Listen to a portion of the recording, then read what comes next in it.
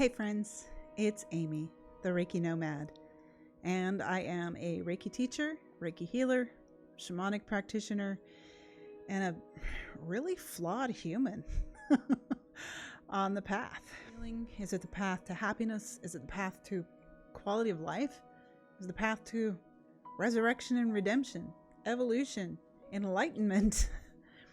I don't know. And I just put one foot in front of the other. And if you're looking to put one foot in front of the other, then join me here on this YouTube. My goal this year, for the next year, is to try and upload weekly. We're going to have a number of different conversations so that we can get to know one another. And if you're in crisis, trauma, grief, wanting to learn more, wanting to find peace, wanting to learn how to take a baby step away from your own suffering, then we have a lot to say to one another.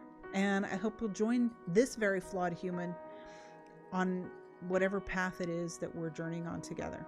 I'm hoping you'll join me, and I'm hoping you'll bring your friends and your family and your neighbors and anybody else who might be interested in this stuff so that we can build a community together that benefits all of us as we navigate really interesting times. So what I want to leave with you this time and every time is for you to be the light that you are in the world. I believe in you.